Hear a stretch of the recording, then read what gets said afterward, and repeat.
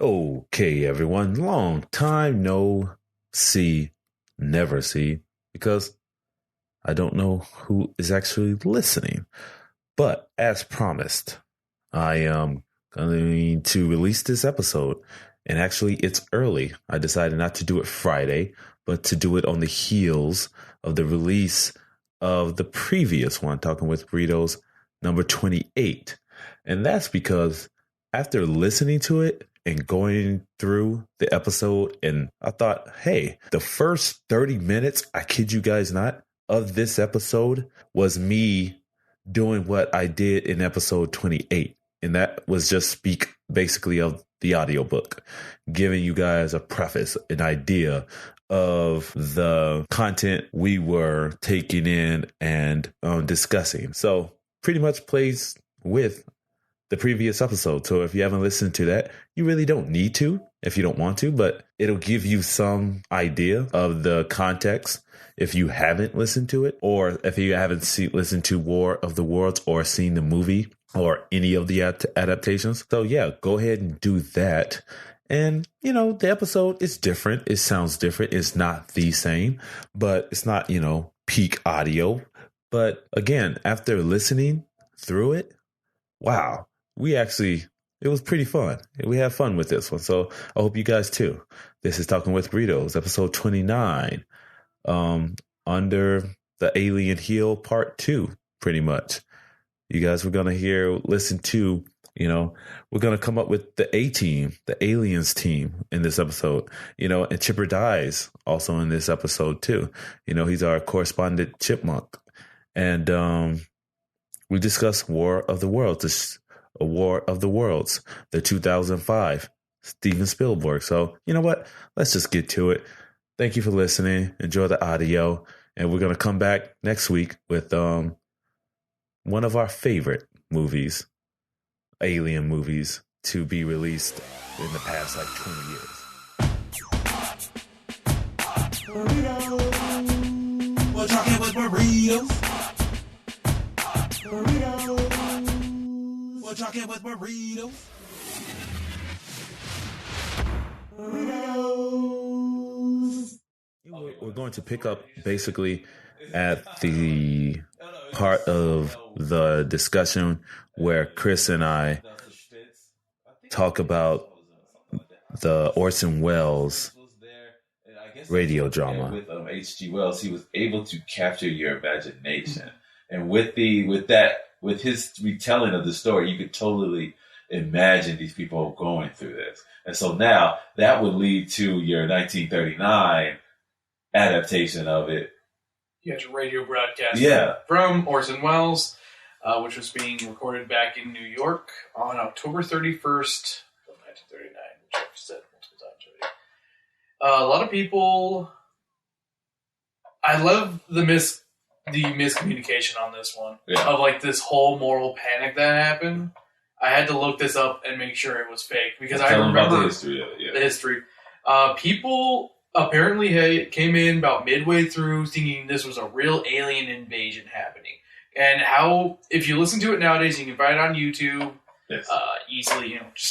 Literally just Google War of the Worlds radio broadcast. Your first thing pops up. That's how I found it. And then the second thing that pops up, hoax. Yeah. That's the best part. Yeah. But, people were freaking out apparently and stuff. And it's oh, this is real. Even though they advertised many, many times. Make sure to listen to the War of the Worlds radio broadcast. Yes.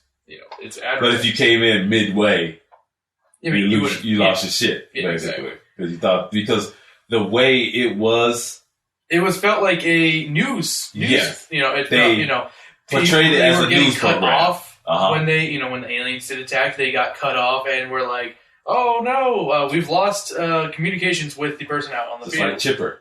Yeah, when just he like died poor Chipper. earlier. He just got vaporized. Heat ray, man. Heat ray, yeah. But yeah. And I remember the first time I ever heard about this, it was in middle school, because I read this one book. I can't remember what it was called at all. I wish I could find this book. It was about monsters and stuff like that, and movie monsters and shit. And the first chapter was on aliens, and it went on a huge spiel of all these alien movies And then it went on to the world thing about the moral panic. Yeah. And I thought, oh, that's pretty funny that, these people freaked out. Ha ha ha. And then the second time I heard about it was also in middle school while playing Metal Gear Solid 3. Metal Gear Solid 3 takes place in the 1960s during the Cold War. Oh, okay. But you have people you talk to over your radio. And one of them is you save your games with. Yeah. And she'll talk about movies and stuff. And she tells you about her experience with the War of the Worlds thing of everybody in her family freaked out, packed their car and stuff, and went away, and ran away to the country. Yeah. And they thought it was really funny when they got back home and they found it was just a hoax. But, and then, reading it more and more into it, more in the, more recently, really. Yeah. Because, I read, one time, it was a random, maybe Huffington Post of, did you guys know that wasn't really how it happened? And I was like, really? I'm curious now. Because I've read it so, I've read about it. I've played a video game with it. I never watched the movie that they made about it. Yeah. But, only, one town really freaked out, apparently. But it wasn't, mass hysteria. Yeah, it wasn't mass hysteria, no. It was, people, kind of, silently losing their shit. That's kind of how it was. And I think they Tim Robbins. Yeah, exactly, like Tim Robbins. It was just a lot of people losing their shit silently at their house. I don't think there was giant mobs of people rushing out into the this isn't for 1992. A city hall and shit. They're all packed in. Oh wait, no, you know what? Waiting for death. I forgot. There's one more thing that also related to this. There's a Simpsons Treehouse of Horrors that is called "The Day the Earth Looks Stupid." Which is based on the radio broadcast because people in Springfield thought it was real and they all freaked the fuck out. And then Orson Welles literally has to go there and tell them it's fake, but they don't believe him. That, yeah. And then the Kenny and Kodos actually do attack instead of attacking them. And world's over. That's a good one. I think I remember that episode. The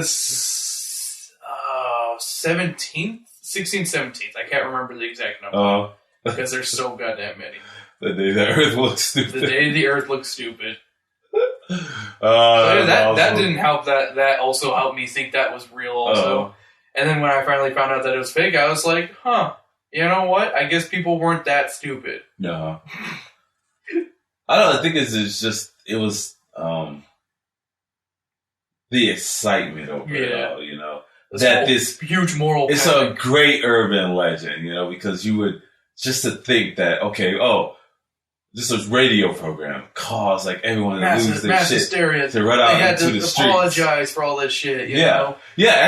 Orson Welles had to go out there and initial an apology. Yep. For being Orson Welles, for being so damn good. Yeah. Because if you actually listen to it, the man just commands it. He knows what the hell he's doing. Oh, yeah. If you know anything about Orson Welles, Citizen Kane, and all this, the man can act.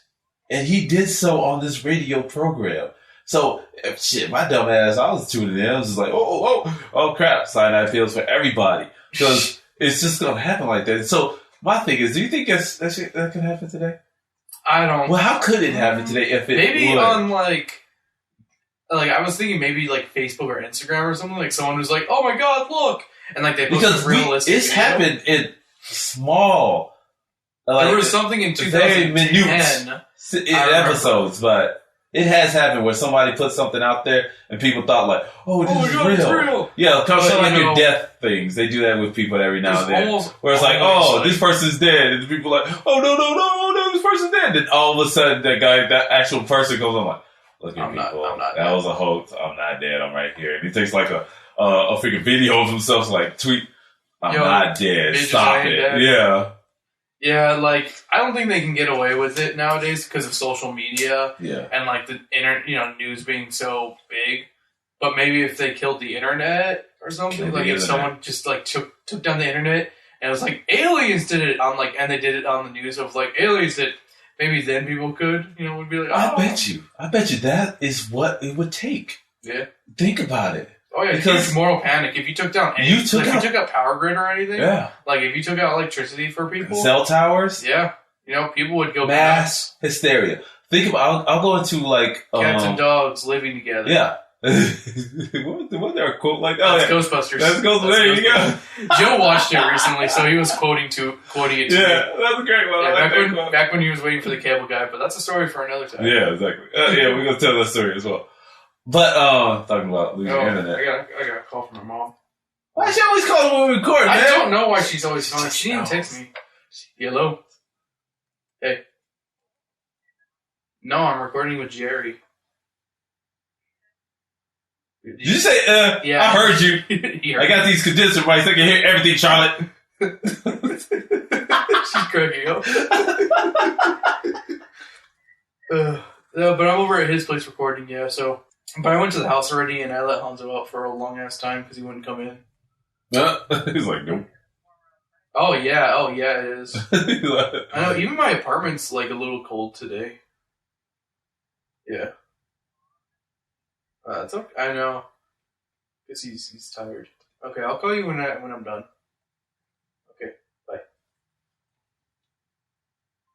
Say bye the time? Yeah. Okay, cool. I'll just call her back. Yeah.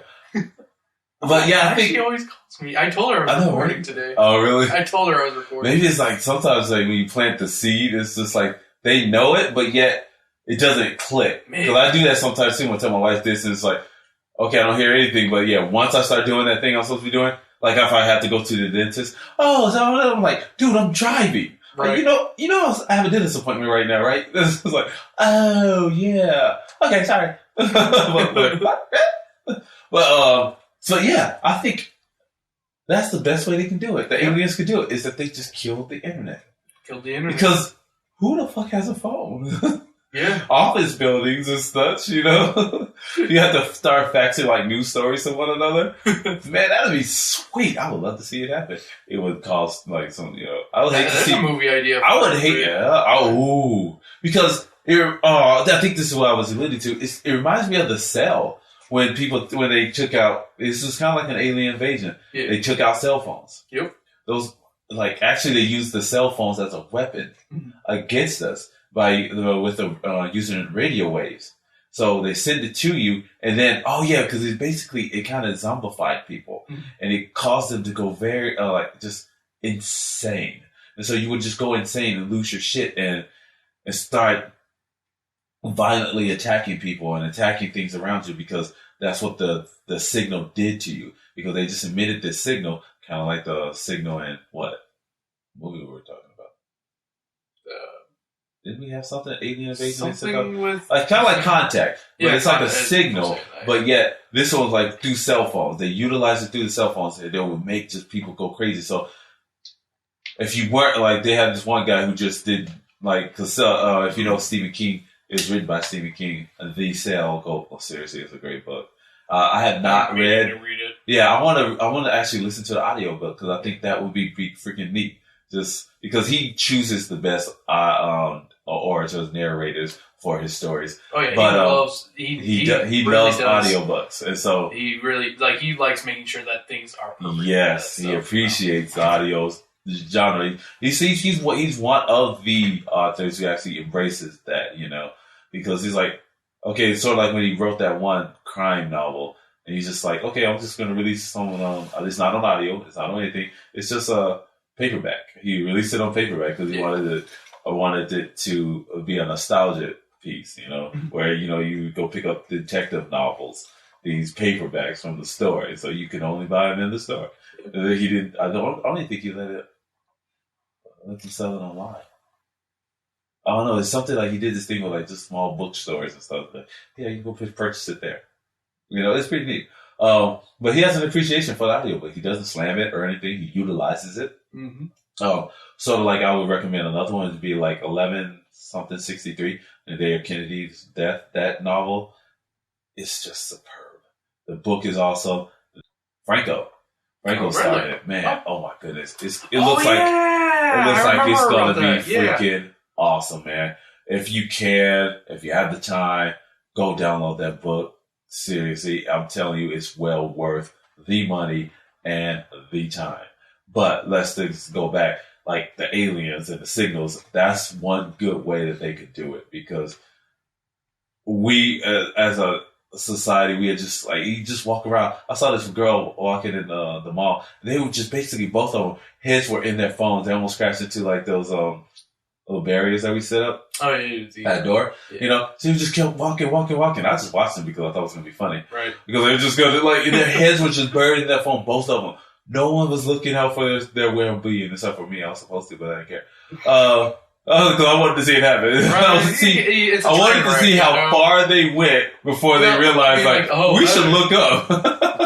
Like, because then I was wishing, like, oh man, I wish I would have pulled the tether and just so that they could keep walking past and hit the steps and see if they actually hit the steps and just keep walking with their hands in their phones, not even paying attention. If they just kind of have that sixth sense of wherewithal to just climb a stair and not trip and fall and break their necks. Maybe the aliens have already invaded us. Maybe it's possible. Through the technology. So yeah, it wouldn't have to be through technology. They could totally kill us, especially with those cell phones, man.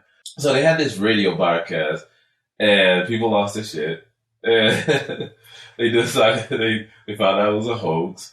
People had, and I guess to the extent where people were really harming themselves, that they were really so that frightened that the broadcast station had to send out an apology that, we're sorry for entertaining you.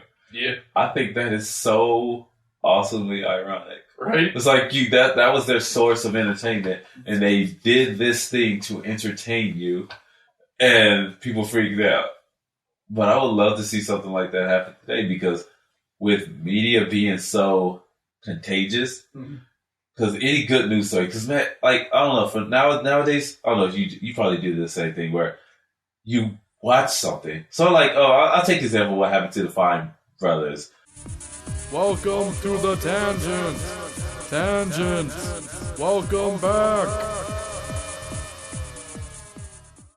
When they announced this one thing, and how that just took off like freaking wildfire, and everyone was talking about it, and it got to like all these subscribers, all these people, and they're like, unfollow. Well, these cats just started losing like 2,100 followers an hour or something like that. They were just dropping like flies. They were like, okay, you want to try to control this? Well, we're going to take away from you.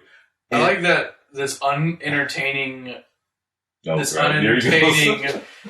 freaking video source. It took something like that to make people realize, oh, these guys are douchebags. Can you tell them what it's about real quick? Just a quick, what they do. It's just people reacting to just random shit. Different things, yeah. I'm like, this is the lowest form of entertainment. I apologize. Go watch it yourself. Go play with something. And have a reaction yourself. How about that? Isn't that weird? Like, let's watch others react to shit. Yeah. I hate reaction without ever having an reaction yourself of that same content. Yeah. It's like, that is interesting. I hate that. Yeah. I hate reaction videos. Dude, you should do a blog post on that. How we should... I'll react to my reaction of react videos. So, okay, what do you think about that and how we read sometimes? Okay, so you would think maybe a critical review would just be you seeking out someone else's opinion? Yes. Yeah? That's what it is. A reaction is literally on the spot. Yeah. It's not a review. Exactly, it's nothing like that. Exactly. That's what I say. Yeah. I hate people just watching one of my most hated things are reactions to other people's videos. Oh, yeah. I'm like, go watch that video! Go watch that! I mean, I can understand maybe the 2 girls 1 cup thing. Yeah. That was legitimately funny watching people react to that, because that's disgusting. Yeah. But watching people react to a Hot Diggity Demon cartoon or something, or Dragon's Ball P, I don't fucking know. Go watch the fucking video yourself. It will literally take you less time. It's so pointless. That is so great. That is so great because it's so true. It's so stupid. I hate reaction videos so much. Oh, man. Oh, yeah, that does that. Yeah, that shines some light on that, man. Yeah. It's not even reviewing or anything. I can understand if they I can understand you issued a review. It's this is my reaction and review of this cartoon. Hey, But no, just go watch it yourself. Okay, I do things where, because I don't like saying. Wait. Fine Brothers react to War of the Worlds. Fine Brothers. Whoa, this is really happening? Whoa! They're probably looking at their shit drop off like, what the fuck? It was like a War of the Worlds because they're like, because think about it, you lose viewers, you lose all those sponsors who paying for you, man, who's actually watching your shows. But yet, in this day of age, I'm thinking a lot of people still over time you would still grab them back. I think but people are stupid enough. Theirs is kind of weird. You know what? They'll still watch the videos. That's yeah. You know what? Because let them have the rights. Let them trademark reaction videos, because then they can be the only ones making them, and I don't care anymore. Yeah, I just don't care. But then they took it. They took it back. I guess for whatever that's worth. I don't care really. I'm sorry. Because I've had this thing because I've spoke to you guys about it. It's like because I don't like writing reviews per se. Yeah. Because I like to construct my reaction a different way because I think we all have our different. So it kind of ties into what you were saying, how we all react differently to certain things. So why would you want to get your reaction? So are we just watching this person's reaction to get a react so we can react to them? Man, there's something so weird about that. So I'm watching this person's reaction so I can react to that. When I can just watch, just like you were saying, that original content and have my own reaction. So it's kind of like a revolving door. Because then what if that person records their reaction? And so you basically encouraging someone else to watch your reaction to that thing. I'm my God, that's just confusing. Is there anybody who reacts to reaction videos? Yeah. Is there someone out there? And then there's like another source of like reaction to reaction videos. You know what? Let's just keep going to a circle here. I'll react to the Fine Brothers video. You react to my video. My video on the Fine Brothers Max and Joey reacts to your video. Yeah. Just keep going and going and going. That's basically how it plays out. This is what we should do. Oh, yeah. That's so weird. It'll go viral. It would have to go full circle eventually, right? The Fine Bros finally react to the reaction of the reaction, the reaction of the reaction of the reaction of the reaction of the reaction. See, because so my thing is with the reaction video, one of my first experiences with reaction videos are like these K-pop reaction videos because Cassidy told me about those, right? And so she said, "Oh, you guys should do that." And so I was like, "Okay, I'll do some research." And so I was researching these things. Watching Korean girls. Was it dudes too? They look kind of fun too. But they're pretty too. Yeah, they're pretty. Oh, they should have a Korean group called Pretty Pretty. Like Pretty Ricky, like pretty. Pretty Ricky. I think he has some blonde hair, dude with curly hair. Yeah, they have that stupid song. I can't remember the actual title of the song. It's playing in my head right now. Rock with me. Fun with me. Oh, God, I remember this. You remember that? Yeah, they're walking around with the saggy pants and they're like grinding air. Oh, good Lord. That's people like that, man, too. But where are they at? In your kitchen, cooking that burger you like so well. They're at Fat Burger's sweet. I want to go to Fat Burger. I want to go to Fat Burger's. Fat Burger's bomb. Delicious. Yeah, you been to Fat Burger? Yeah, I think so. They're only in like Phoenix, Vegas, and like. Okay, I just lied there. No, I haven't. Yeah, they're not in Tucson. They're not in Tucson, sadly. Oh, like maybe in town. They're not in town, sadly. Okay. That's the one place I wish we had here. Yeah, because there's so many fucking like different like burger places we have here in Tucson. I love but no Fat Burger. Burger. Yes, that good. Yeah. So what the hell was I talking about? Oh, reaction. K-pop reaction videos. I'm sorry, but see, my thing is, like, people, seriously, I really tried to do reaction video. And I was like, for some reason, I was watching people's reactions to these videos because I want, to know the construct of it. Yeah. I still don't get it. I've never watched any of these Fine Bros or anything like that. The only reaction videos because they set theirs up like interviews and stuff. They have people watch and then they interview them. It's a certain setup that they do that I noticed is different from like just Joe Schmo doing a reaction video. I guess they have the stuff in front of you and then they ask you questions. And what's your reaction? Ask you about your reaction to this instead of just you doing a reaction video and having it viewed, and then people maybe commenting. Mm-hmm. But going back to doing the K-pop thing, I tried it. I tried to watch them, and it's like, okay, I'm like, a lot of this is kind of boring because you guys, first of all, you shrink the screen. I can't really see the video, so am I just supposed to be watching you? It's all about a personality thing. It's like people wanted to watch people.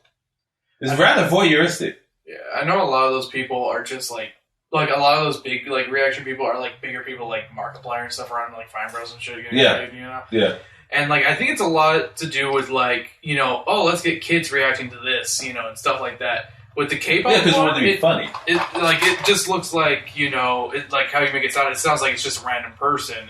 Watching music videos basically, and it's all about what I've learned is it's about the personality. Yeah, you know, sort of like PewDiePie. There's a lot of people playing video games, but they like his personality. He has a stage presence of sorts, and he makes them entertaining. So some of these referring to 10-year-olds and below as people. Yeah, maybe. I just insulted your children. I apologize. All right. Okay. I love Quentin. But I don't know, man. But a lot of these people, some of these people just don't have, they just sit there. Oh, this is my problem with it. Some of them don't have a personality. A lot of times you're just watching somebody watch a video. Yeah. And I'm like, what the they're just watching the video that you're supposed to be watching. So I'm like, why don't you just watch the video? So my thing is like, I don't like that. I tried it. It was fucking boring because I was doing it. I'm like, I'm gonna see how this works. Mm-hmm. And so I did one. I did a few. I was just watching the video. I'm like, there's only so many things you can say unless you can make this funny. I could add a commentary. You could. I could do a commentary on the music video. Full black. Exactly. I would have to go on and have a persona. Yeah. To entertain you. So basically, you adding more of like a commentary to this music video versus a known reaction. A known reaction, yes, because I can talk some shit about a lot of things on the spot, but your reaction is basically you're just supposed to take it all in. Like, what if you pause the video and said, "Oh, da da da da da"? It was like pop up video back in the day, VH1. Oh, yeah, you had like stuff pop up, like you know, you just like your video shows up on the screen, like, oh look, he did that. Yo, why is he grinding like that? Oh, he wears eyeliner or something like that. But the men at work have no work anymore. Yeah, what are they doing? Are they like that? Okay, I don't know. It's those things like that that really kind of. I don't know how we get there. Video. It has something to do with the killing the internet. It was killing the internet. Then you got into like the Fine Bros thing, and that's I don't know how you got into that. How the hell did we get there? I don't even know. Okay, so now going back to War of the Worlds and the whole... Okay, aliens, like, yes, they could basically use the aliens to kill us. Yeah. That's the end of that segment. Okay, so now... You mean use the technology to kill us through the aliens? Yeah, through the internet. They could kill the internet because then Gambino has something else. You know, because of the internet, we all died. Thanks a lot, Gambino. Because of the aliens. No, he said because of the internet. That's basically, you left it wide open. Because of the aliens, we all died. Wait, because of the internet, we all died because aliens found a way to kill us without even having us to figure. Now, can you put that to a beat? Oh, what if they killed everybody in the cities, right? Yeah. And so then, what you have left is just like those weird indigenous tribes out in the jungles. Okay, we're talking about of South America, about towns and stuff. And so then, or small towns, and small towns, and Amish. We got a movie here, bro. We have. Oh man! And then somehow they come together, and they formed this massive. Oh, but because think about like one of those like. Oh, okay, I don't know how you would do that. They would have to travel pretty far. Yeah, they'd have to travel pretty far. Okay, we do a reality series. You film it after the death of the internet, reality series based on the people who actually lived. It's like that one show or that movie with that Cameron kid left behind. We bringing in biblical people.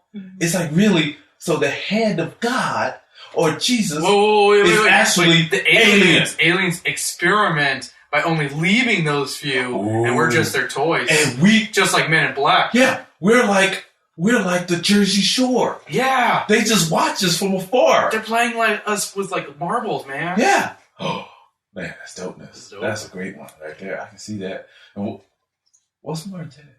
Okay, I think because the indigenous tribes, they would just do what they do all the time. They wouldn't fucking know. They'd live their lives. Unless the aliens made themselves presents or something. present to them, but they wouldn't know like half of the damn civilization died. Yeah, they wouldn't. They'd just be like, I live in this jungle, and I've been living Maybe in this they'd jungle. notice if, like maybe someone's like taking down their forest around like near part. Yeah. And like they notice there's like no work being done. Maybe they're getting curious as to what's happening. So do we still have machinery? There would still be machinery. Yes. Oh, so they don't shut down. They just took the people. They don't shut down the machinery. No. Machinery. Okay. Maybe an EMP.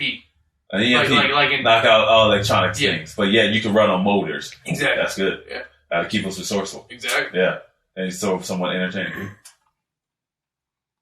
But could we build something motorized? A-Team style, man. Dun, dun, dun, dun, dun, dun. And what if they had that showing? It was like dun dun dun dun dun dun. A-Team. It's like called the American team. It's Alien Team. Alien team. And they're like, you got a guy in a truck, and he's like, he's got aliens in a car. Yeah. Aliens in a car. You got like Murtaugh. you have an animal. Wait, animal, right? No, Hannibal. Hannibal. Yeah, like Hannibal. You have all these different characters, but they're all aliens. Yeah. I wonder what a cartoon like that would look like. Awesome. That's what. Would be awesome. Yeah. Dun, dun, dun, A-Team. Damn it! In Now space. it's just a car kind of flying out. Flying in space. Oh, it's flying in space like an A-Team, like a van. It's like still a the A-Team van, but they're still it's just in space. Yeah. Oh, dude, that's a great image. Yeah. I might. If I could cartoony that one, then yeah. 'Cause I won't get into detail because I hate. I don't know. I love art, but Wait. Like, please, They have to be like different aliens and stuff, in like as like a rogue team. Yeah. Rogue team of like soldiers, just like the A-Team. Oh yeah. And they just, disbanded. They just disbanded. Oh yeah, that's their. That's what they're consistent of. Yeah. Yes. Oh yeah. So you have like your Xenomorph from last episode talking with Vito, Yeah. 27. Got your You got the Xenomorph. So you Maybe got the Predator. Yeah, you got a Predator. Then you got your regular You standard got your like Gray. puny guy with the bug eyes, and so Yeah. they make fun of him all the time because he has no skill whatsoever. But he does have skill. He has skills of the mind. And then And so he just basically mind fucks you because he was watching like Get Him to the Greek, and so he's like mind fuck, and he just walks around saying I mind haven't fuck. watched that in He so just mind long. fucks everybody. I wanna And watch he just like thinks it's so funny to mess with like a predator who hates to fly. Mhm. That makes sense. It has a mohawk dread. He hates to fly. And so the mind fucker, he's like, he used to call him mind fucker. It was just spelled differently. Oh, he'd be what's his face? The crazy one. Yeah. Perfect right now. What's his name? Oh, What's the crazy one's name? it's not Face. It's I can never remember. It's not it. Animal, right? It's not Hannibal. Hannibal's the leader. Animal. No, it's not Animal. Not Animal either. It's Animal. Oh God. Cooper. I gotta look it up. The Cookster. I'm not gonna remember. I know, right? It sucks. And not A-Train. That's a really good movie. That's a really good adaptation. Movie, man. You know what? It doesn't take Remake. They would call that one, right? no adaptation A remake. because they never had a movie though. A-Team never had a movie. Oh, that's true. It's like a reboot. Yeah, a movie adaptation. Murdoch. Murdoch. Yeah. Murdoch. B.A. Baracus. Face in Hannibal. His name is Murdoch's. Yeah. Like with an X. Yeah. Murdoch's. Murder Ox. Yeah, he just says, my fuck. And this is the basic thing. Dude's just like, oh, okay, I will get on this plane. So yeah. And they just travel the galaxy. And Hannibal Fighting has to be space just ghosts. the Starman energy field. That's it. Oh. Just the Starman energy thing. Oh, That's yeah, the all. little orb. Yeah, he's just a little orb. And that's Hannibal. Yeah. And he's got pecking like 2 laser guns. It's just 2 hairy laser guns. That is so fucking trash right there, man. You might see a series spin-off from this series. Oh. Chris and I do. Almost That would be so stupid. Oh my goodness. Oh, that would be dope. See, I knew something would come good out of this conversation. Almost dead. Oh shit. Oh shit. You know, every time that happens, I know, right? we didn't record it. Okay, we're good. Woo. We still have it. Boo. All right, you guys. So now we get to the movie dish of the week. That I don't. it's supposed to be like, I was going to put this one thing, say, order up, whatever. Order up, boom! Bing, bing, bing, bing, bing, bing, bing. All that radio sound. Yeah. All right, you guys. Now, War of the Worlds, okay? To be specific, the 2005. 2005. Steven Spielberg. You tell them about the 3 that were actually released. There are... Wait. Beware of these titles. Beware. You only want the 2005 Steven Spielberg starring Tom Cruise, okay? They all came out in the same week of June. Literally, the same week of June. There's mind fuck. Yeah. Basically, I don't remember the days. I don't remember the days at all for what it's worth. But they all came out like 20th of June. that week. What the hell did they think they were doing? Did they think, hey, we're going to capitalize off of this? I think, because think about it, just ignorance. One of them did, for sure. Uh-huh. And then the other one was an adaptation of the book, though. Yeah. The first one to come out was an adaptation of the book, the old H.G. Wells book. Yeah. And it's about 3 hours long. Wow. Dude, we gotta sit through that. It's really hard. Where is it at? I think it's on one of the two. They used to have it on Netflix. That's where I started watching it. I think it still is. It might. No, I looked at War of the Worlds on Netflix. No, I didn't. I'm not sure. Did I? No, I think I did, and I was like, oh, well, shit. It'd be one of those we have to do like maybe 30-minute segments. I wouldn't sit there for 3 hours. So. That's sorry. There is an edit of it that's about 2 hours and 5 minutes. Oh, really? Of like, someone please link me to that one because no. Yeah. Period. And then there's the second one that came out literally the day before, starring Soul Man. Yes, starring Soul Man. You need to see that one because that's culturally relevant right now. Soul Man, yeah. That's what we do. We use movies to talk about cultural events. It is true. Yeah, there's that one, and that one came out literally a day before the Tom Cruise Steven Spielberg film, and it's a cheap it's a $1 million budget. It's like the what's it called, the Asylum films. I believe it's an Asylum film. I'm not 100% on it. It looks like the what's it called? All those like cheap fake movies on the Sci-Fi Channel. Yeah. Like Sharktopus. And Three-Headed Shark and Sharknado. It does. Those are all Asylum films. This was one of their earlier things where they used to just rip off movies. They had a Sherlock Holmes one. But what was it called? It was like so close to War of the Worlds. It was like H.G. Wells' War of the Worlds. Yeah, they put the H.G. Wells in front of it. The first two actually did that. Both of them were both. Do you hear that? Oh shit! Going back to Chipper. Chipper, do you hear that noise? Chipper, come back, please. Chipper. Chipper. He was my friend. He used to make me nut pie. He was like a Muslim. You let him go out there when you knew it was dangerous. But you let him go out there. You knew there was an alien. I told him not to go back to that fucking tree. I told him to stay off those video games. I told him the world was just passing by. You knew there were aliens out there, and you sent him out there to his grave. Chipper! I'm referencing Jaws. See. Okay, go ahead. But yeah, those, and then finally, last but not least, the Tom Cruise one with Steven Spielberg came out. Yes. All within the same week of June. All 2 out of 3 awful. One really awesome movie came out of that. That was so just a like money grab attempt right there. Oh yeah, totally. They were just like, nothing but this money. Major movie is going to release this week.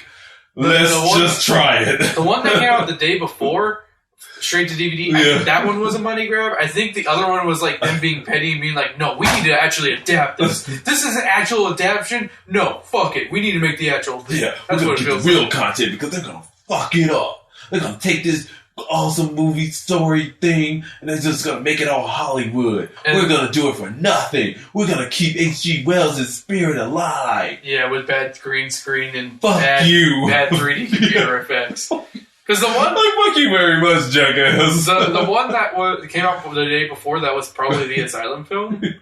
It had some alright effects for the time, but it still looks cheap. It still has that cheese feel to it. The tripods, that like D look.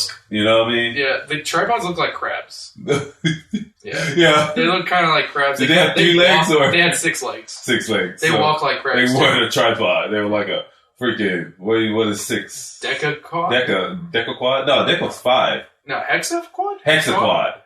They're the hexaquads. Hex quad. Hex quad. Hex quad. Bring it to you, not on 2. We're not Too nummy. We're 2 times the pods. We're not bipods. We're not tripods. We are hexapods. Double the try. We walk on 6. And dance on 4. Okay, whatever. I don't know either, sir. Okay, you guys. So please, you will type it in, and you will see those other titles and these weird poster arts, but it's not the right ones. Well, the right one is with Tom Cruise and Dakota Fanning. I believe, I was about to say with a big, huge hand with the globe, because the other one had a hand and a globe, but it looked different, slightly different. Did it? I don't even remember. Yeah, they're horribly depicted, sir. And they tried to copy some of the art as well. It was probably the Asylum one. Yeah, so messed up, man. And one of them has this like horrible graphic of a tripod on the front of it. That was probably the old school looking one. Look, yeah, whatever, man. Okay, we're gonna go into War of the Worlds right now, people. So here we go. Well, once Chris is ready. Sorry. I was going to look something up, but I forgot what it was. All right, Chris. We're going to go into War of the Worlds.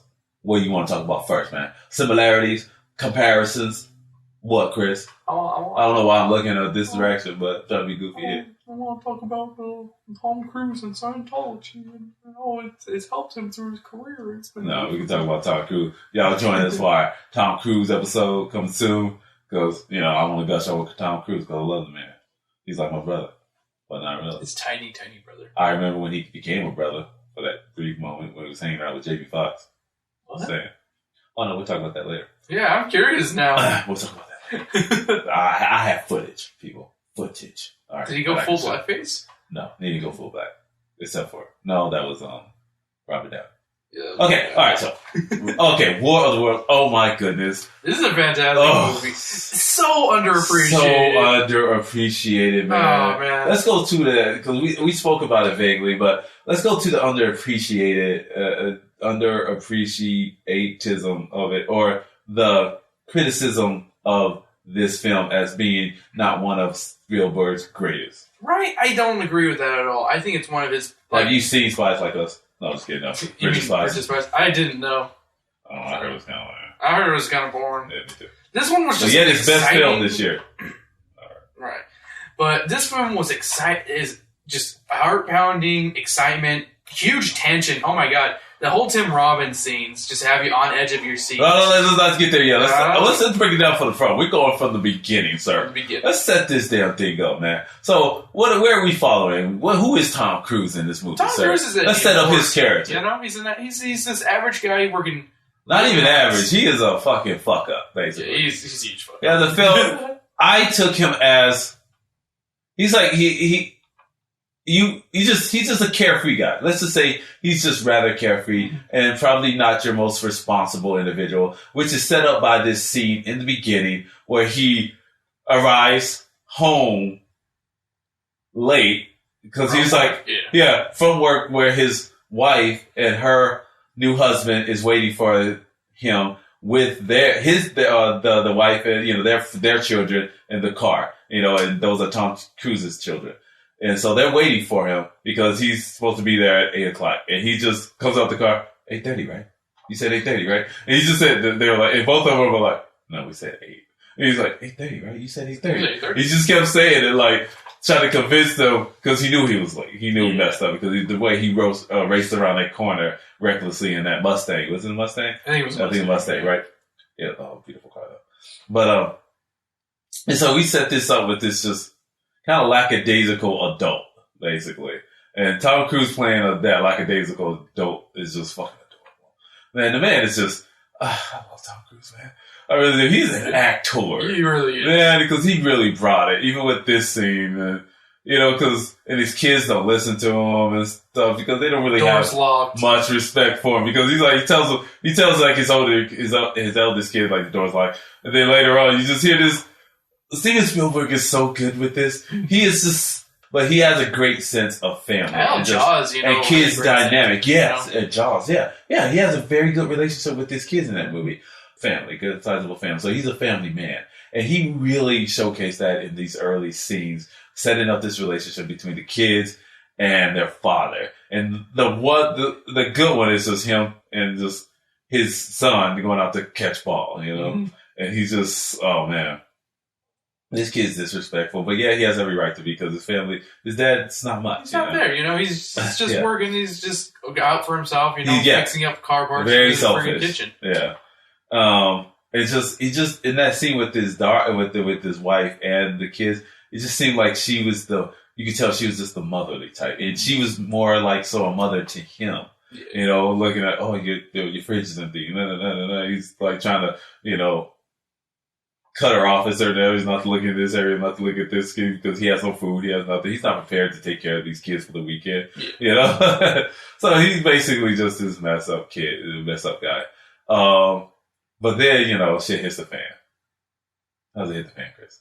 It hits the fan by hitting the fan. Yeah, like literally. Shit hit the fan and then aliens attack. Yeah, it pretty much what happens. It's a huge storm just happening. Yes. After he just wakes up. And I say, in the beginning, if you H.G. Wells, they came in bursts of light, basically. Yep. And they just thought that there was like shooting, like meteors shooting from outer space, shooting from that planet. But they were coming to Earth. You know how they usually disappear, but these things were actually coming to Earth and in the form of what? Lightning. Lightning, right? Lightning bolts, Yeah.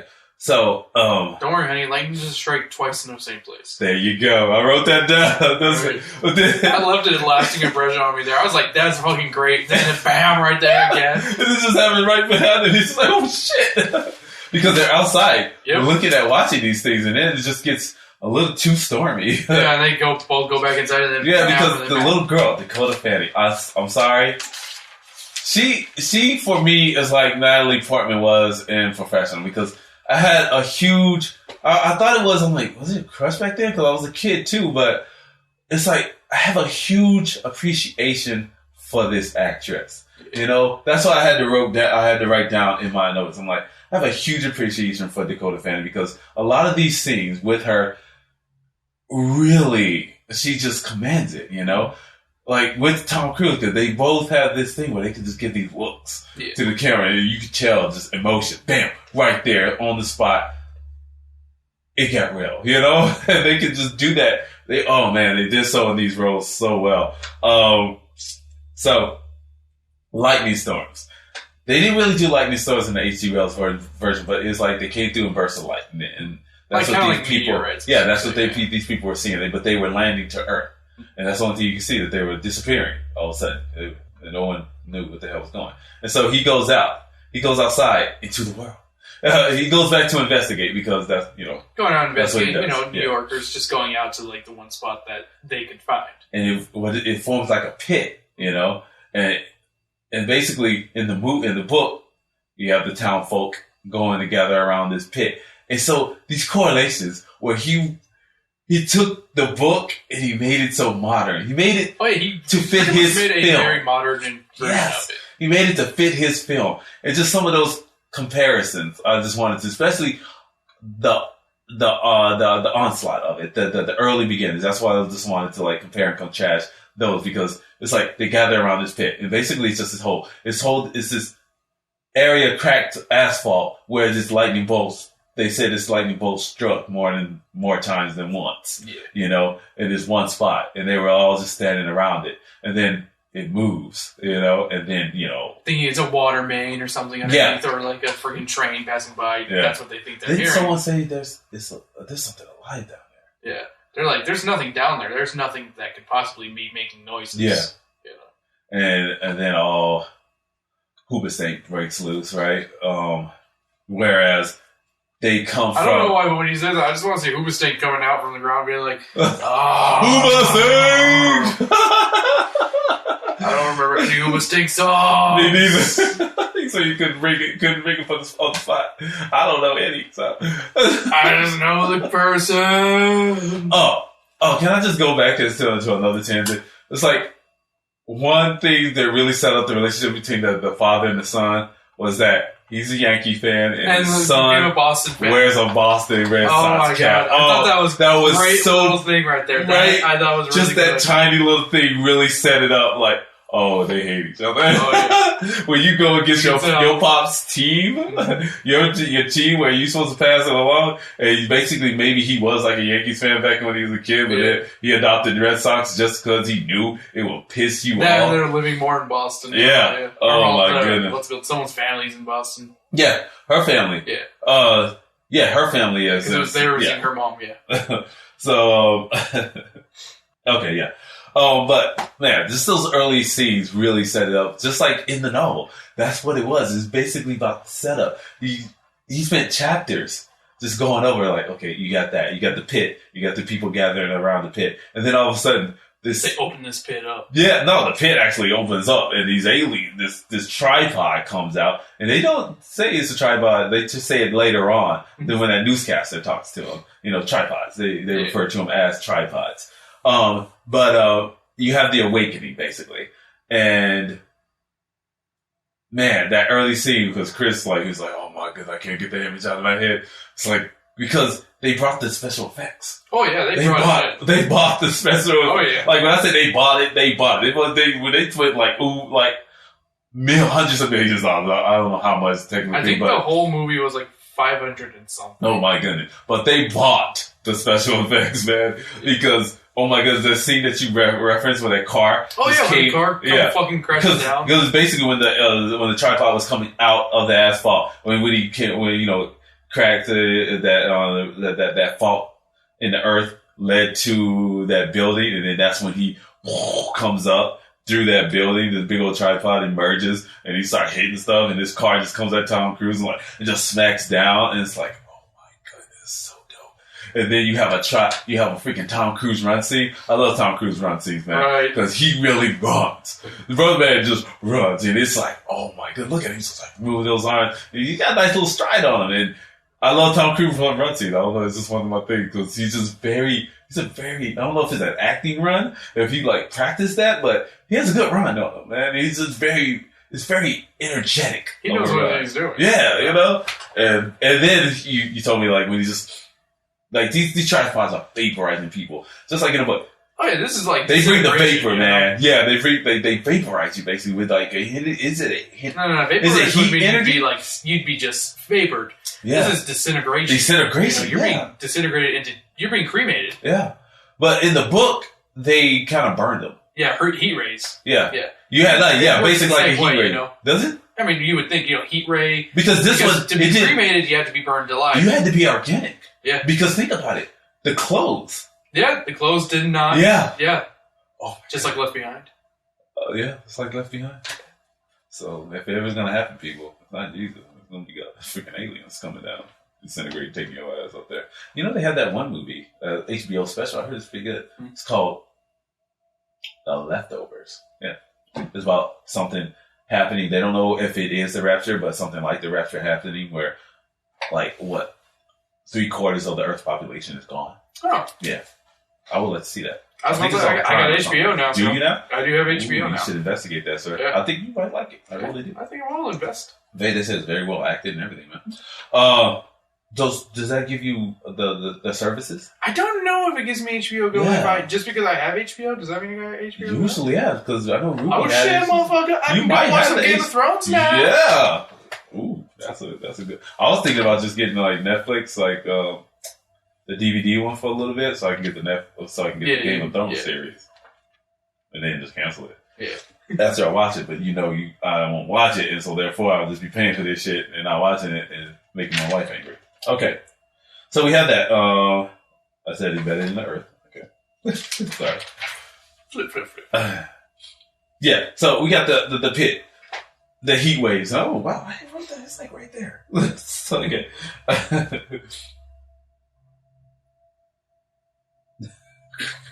Okay, I'm sorry. Okay, I was just cracking up. Okay, so we have the heat rays and basically just disintegrating people left and right. So, and their clothes are left over. And isn't that a creepy image?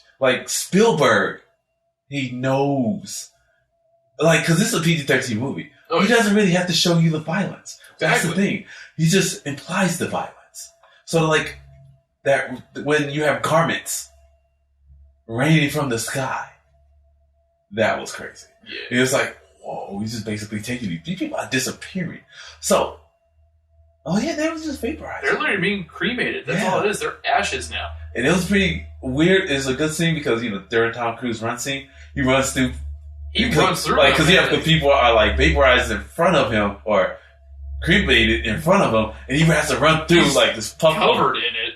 People ash. Yeah. And it's like it is something. It's like those little subtle things that are. It's like, oh my goodness, you're covered in dead people, man. And he shows that too. And then when he goes home, and he's like, "What is that?" All the kids ask me, and he can't answer. And he doesn't know. Like, you can't. And then he's like, "Wait." And then he realizes, like, "Oh crap!" And he goes and runs in the room to like wash it off. But great scenes.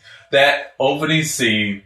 That opening scene was like 20 minutes, maybe 30 minutes of the movie. It was 20.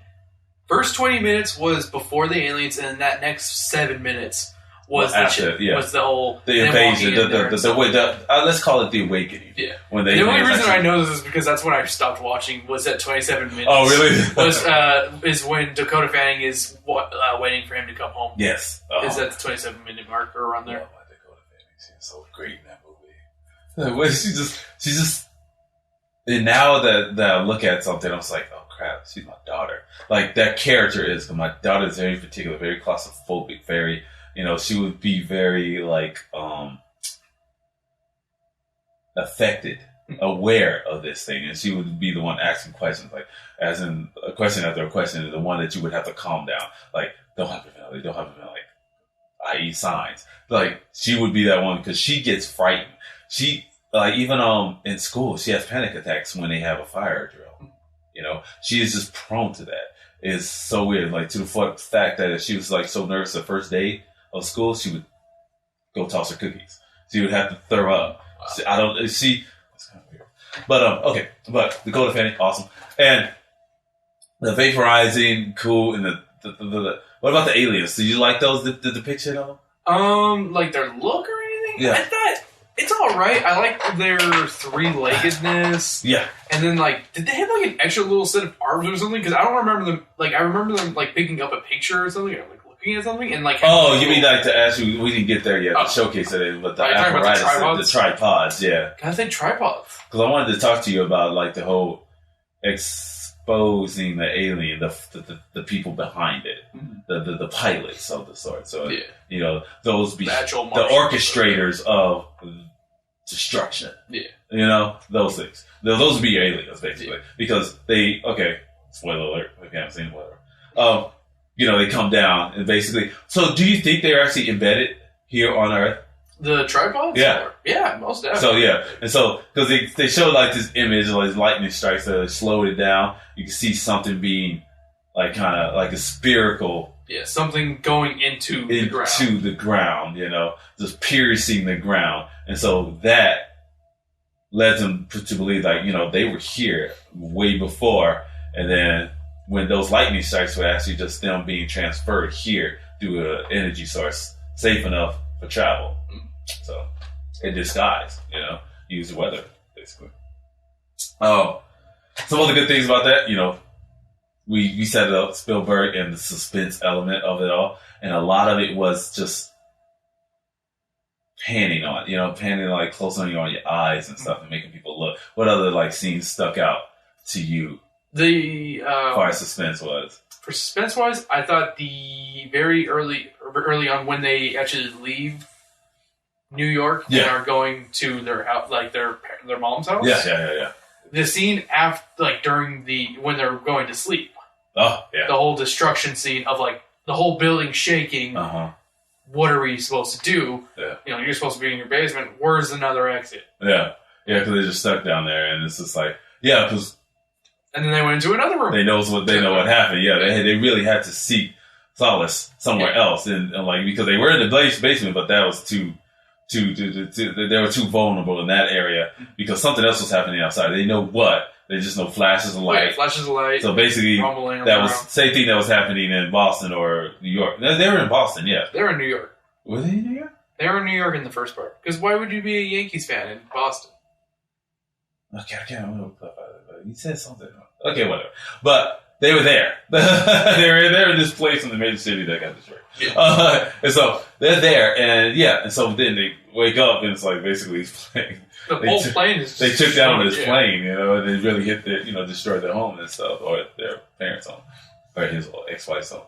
And I like that scene. It was just like he was very careful with Dakota Fanning, It's just like taking her, don't look. He tried to shield her from it, but then she does this M. Night Shyamalan thing. She goes out to go use the bathroom in the forest because she didn't want. Scene right that scene was freaking freaky. Right. Holy shit, with all the dead bodies. You just saw like one body, and then all of a sudden a whole plethora of bodies, just lifeless bodies, flowing down the river, man. Yeah. Oh my, that was so creepy, man. So creepy. So well shot, So beautifully shot. And another one I would say is where we were talking about cutaway scenes and how like when they encountered that mob, that mob right before the sea ferry, they encountered this mob and these people just like going nuts, nuts. And trying to steal the van. One effective way they did to just really show the suspense was to focus on little Dakota Fanning's face and focus on Tom Cruise looking back at her and like try to calm her down, calm down. And she just like those bug eyes and just like very close up and these people doing things. Oh my goodness, because a lot of it was taken from inside the car. Guy comes through with a rock and you see it from outside, then he cuts inside before he strikes the vehicle with the rock. And oh my goodness, that scene was very tense, man. Oh yeah, it's just super like tense. A mob of people just taking over their vehicle, just wanting their vehicle basically, and then they give it to him, and then in the end, he's trying to get his daughter out of it. Yeah, and then he's like, he takes out his gun. He pulls out a gun, but then somebody else pulls out a gun, and that's usually when shit gets real, people. Because one person pulls out a gun, another person gonna pull out a gun, but the other person, then they. We alluded to that later on too. With just a few gunshots out in the crowd because he drops his gun and some other guy picks it up. Yep. Killing the other guy. Yeah, and the beautifully they go on this transport vehicle, this ship. Yeah, it was a sea ferry. Yeah, this ferry. Oh my god! And then that thing topples, and then.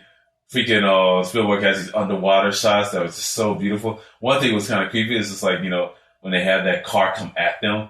There were people in there. Realize there were people in there. Yeah, I didn't realize that my first time watching it when I was younger. It was, I was like, holy so shit. So depressingly horrible, Like, they're just all trapped. They're all going to die. Yeah. And it's just like how you kept, like, those aliens, the tripod was underneath the water.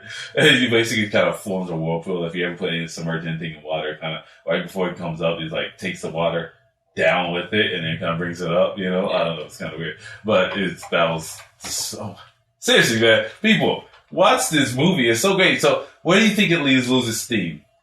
I think it's like after Tim Robbins. Yeah. I think after Tim Robbins, that's when it goes down. Yeah. I actually think with exposing the aliens. Mm-hmm.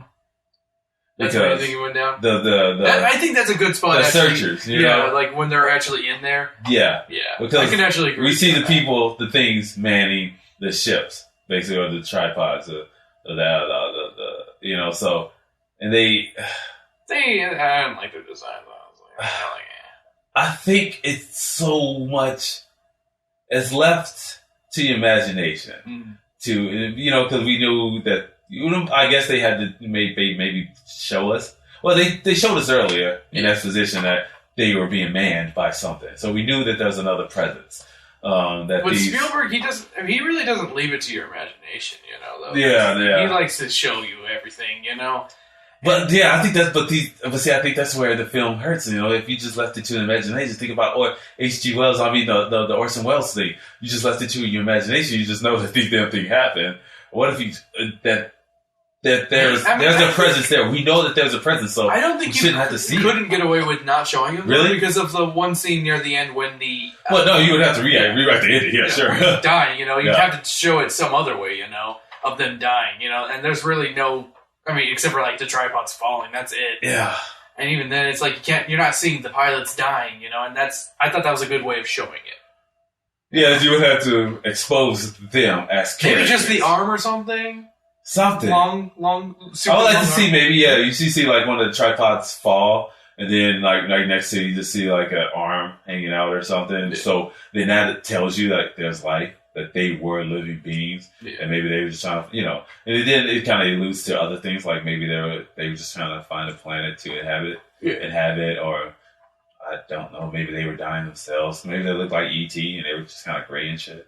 Or maybe E.T. was brown. Maybe E.T. No, when he was dying, he turned gray and stuff. He started losing life. Sorry, I didn't hear that part because I was stretching. But what if you had E.T.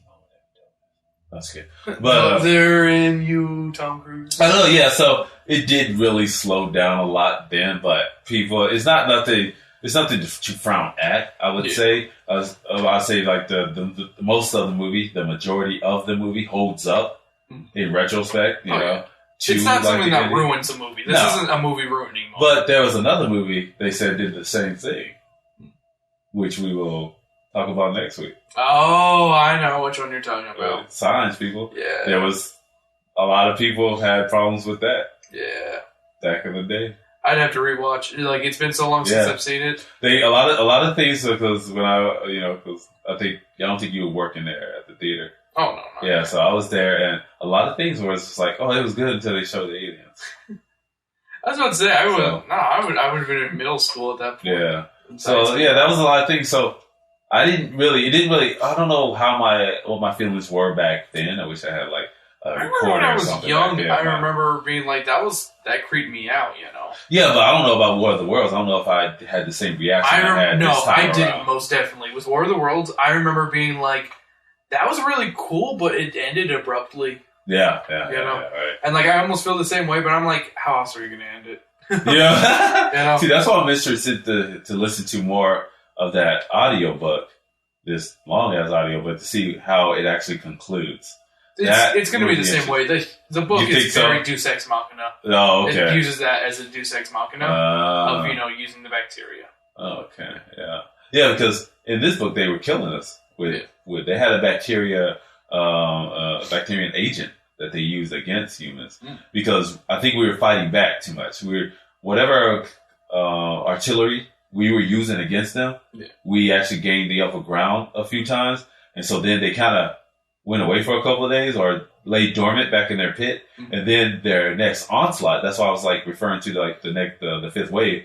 They came at us with an entirely different strategy, and then we didn't. It came to the point. It's to the point into the book. It's come to a point in the book now where we don't know, where we basically are starting to lose hope, because we've done everything. We've tried to fight back. We've taken down a couple of them, but now it's to the point where we're losing hope, and it's like, okay, we're all gonna die. Yeah. So crazy, right? Yeah. But hey, people, seriously. So, what is your flavor text for this week? Hey, let me tell you guys, a flavor text is something that you put at on a movie poster, or like a tagline, that you put on something like to market as good, or like, it's like kind of like a little short opinion piece. Like, I don't know, something that really, what? It's a way of pretty much like giving your movie some flair, Because I read it, they said like, they're like a tagline or something, but they said they use it in D&D too, like on cards, like a favorite text. Oh, you mean Magic the Gathering? They do that, yeah. They use it as like, a quote or something. Yeah, sort of like a quote or something like that, so. Okay, my flavor text is Tom Cruise runs fast, runs good. Tom Cruise looks good when running fast. I don't know. You don't have one? I can think of one. Hold up. All right, go. I got this. Tom Cruise jumping on a couch can't ruin this movie. There you go. True, he can't. No. Because that was actually one of the reasons Spielberg kind of thought the movie didn't do as well as it did, because of the whole Tom Cruise Because of this, yeah. If you guys don't know about the whole, when he was in love with Katie Holmes, and Oprah asked him on the show, "Are you in love?" And he jumps up on the couch and I love her, and everyone lost their shit over that, and like, how can he? Oh, he's not a man. Oh, what's going on with him? He going cray. And come on, man. I didn't really give a damn. Right. I'm still in love with Tom Cruise. I don't give a fuck. He's still a fantastic actor to this day. Oh, man. I want to say... I can't say I love him. He's up there with my George Clooney, man. I just love George Clooney because that dude is smooth. You know, he's who I aspire to be, elder, as an older man. Just fucking Deb, man. Yeah. Deb in there. He got that old Hollywood feel, you know? Tom Cruise, he doesn't have the old Hollywood feel, you know, the old Hollywood classy, like the Grants and Bogarts or anything like that. Yeah, you know? that wasn't true. Those classic cats, you know, the movie that I watched. And because I like to do things, I pull quotes and stuff from movies just because I like them. Dead Set on Living. Oh, I knew you were going to do that one. I knew it. As soon as you said, I'm going to pull a quote, I'm like, I know exactly what he's going to fucking say. He's going to say the fucking Tim Robbins line of Dead Set on Living. I'm Dead Set on Living. He goes, man, dude, I was just like, oh my goodness, that encompasses everything about that character. Yeah. He's just dead set on living. He's gonna live either way, he's gonna go out and fucking die. He's gonna get out and die trying, man. And once he said that, I'm like, oh, that is so beautiful. I almost shed a tear for that moment. It was so good, but he was so creepy. Because then you never know, you didn't know if he had other plans with the little girl, and it's like, oh, he's just crazy all around. Yeah, Tim Robbins' character was fucking he was just a cuckoo pop, man. But lovable at the same time. He's like lovable crazy. Yeah. He's like that old homeless crazy dude that you like, I love that guy. But I know he crazy. Yeah. But my real quote is actually cross your arms. You know the scene.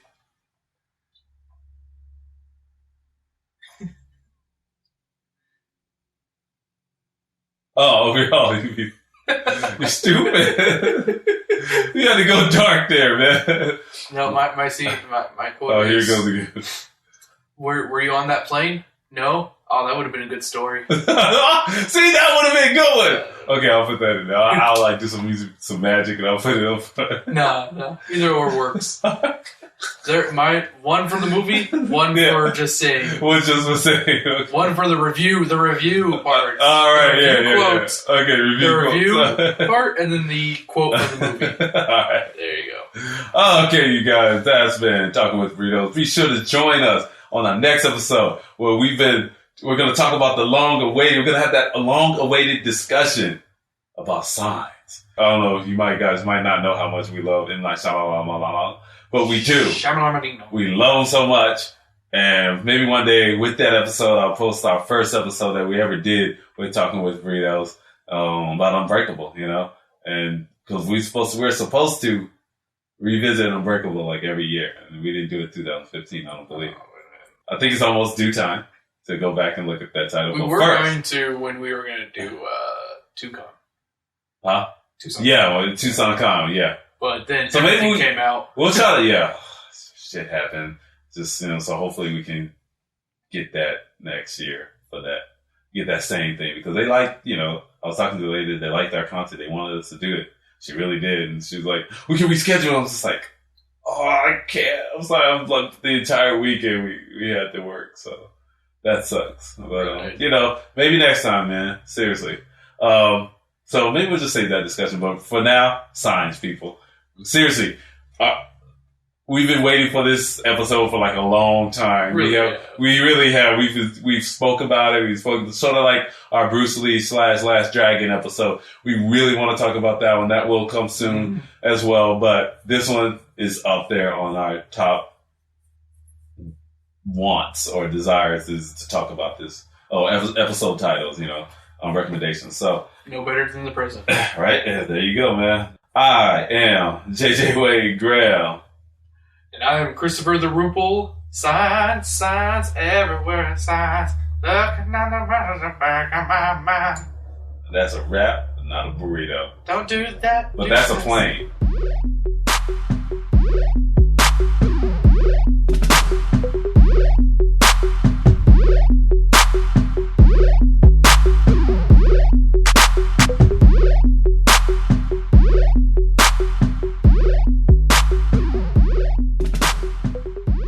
Did you read the sign? Chipper! The plane. Chipper's back! I'm not cheaper. I am I can't remember my name. Is that Chipper's long lost cousin? I am Tito. It's like Speedy Gonzalez? He has like he was Hispanic anyway. Was he? So Yeah, Speedy Gonzalez was. Well, yeah, no, I thought the little guy we were referencing from Fantasy Island. Yeah, Fantasy. Yeah, I'm just And Ricardo Montalban. Oh yeah, that's true. So, one of my favorite. They were just Spanish. Oh, you guys, people. Ricardo Montalban. Yeah, he had very smooth bravado with that cat, man, and that voice really added to it. You know, he could really pull it. Oh yeah. He used to say, "How you doing?" And the ladies would drop their draws. Oh yeah. Like, hey, go ahead, insert that to me. Oh, just kidding. Insert that dialogue. What if she had somebody said, I just want you to speak into my vagina. Just scream. Just talk. Just talk. How you doing? Do you want me to? No. I just want you to talk. You just want me to talk? Yes. Talking to my vagina. I don't know why, but that makes me think of the vagina. What if you just sit there reading the vagina monologues into her vagina? I don't think the vagina monologues is a literal monologue. Yeah, that's what I'm thinking. It's different people. You know what? They should. I don't know. There's 2 pussy talking movies. 2 vaginas actually talking movies from this late 70s, early 80s, I believe. Really? One's called Chatterbox, and I think the other one's called Pussy Talks or something. They're not good. They're kind of humorous, though. They're kind of funny in that dumb way. Oh, what about that one movie with that girl with the vagina that eats people? Yeah. Hey, did you watch that? I did. How was it? You know, I'm not a huge fan of what's her face. Fucking Juno. You don't like her? I love her. I'm not a huge fan of her. No. Nah. Ellen Page. You don't like her? Wait, Emma Page? Is that? It's Ellen. Ellen, yeah. Ellen Page. Yeah. I don't know. It was like Juno wasn't that great of a movie. I thought it was adorable. It's a cute I like what's his name? I liked Michael Cera. No, I liked Hard Candy better. That was just more like a play, man. Yeah. It had one area, one piece, one location. And it's just these 2 actors playing off of one another. Who's going to deceive who is really bad here? I know we all know your motives, and you're going to get this little girl who's supposed to be looking for her friend, and then oh my goodness, it's so creepy, but yet so good. That was her first film. That was one that really like established her as an actor. Because after that, she got the Juno role and stuff. But seriously, watch Hard Candy, people. Seriously, another recommended dish for you is Hard Candy. Features young Ellen Page, and I love Ellen Page, but Chris doesn't, but I do. But y'all think you're like her in this movie, sir? Okay. Because I honestly didn't like her in Super. It was kind of like I didn't like her in Super. She almost ruined that movie for me. I adored her. That's because I just liked it before that movie too, and so when she was in it, I'm like, oh, this is just this is still a plus. I don't like that kind of character she always plays of like the manic pixie girl. Not really manic pixie girl, but like the.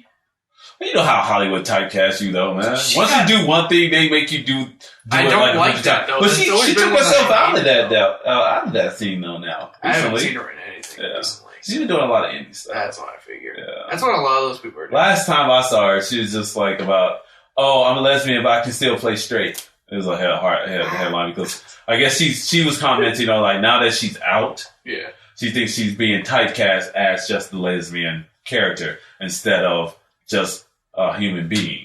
Like, I am a woman, I can play any role, or just an actor. I'm an actor, so I can play any role. It doesn't matter if I'm a man or woman, or it does sometimes in some instances, because you might write a character that is a male, it has to be a male. But, even that, Shakespeare did it. But you don't have to, you can be adventurous, I would say. If you have a male character, make her a woman. It should be interesting. Yeah. Interesting food for fodder. But she was talking about that, like how I remember that. Yeah, I do remember. Now that she's out, a lot of people are just like giving her like roles, lesbian. Well, indie movies, duh. I mean, most indie films are just gay cowboys eating pudding. That's a South Park quote, and you can quote me on that one. All right. My stomach hurts. Okay. I just cowboy eating pudding.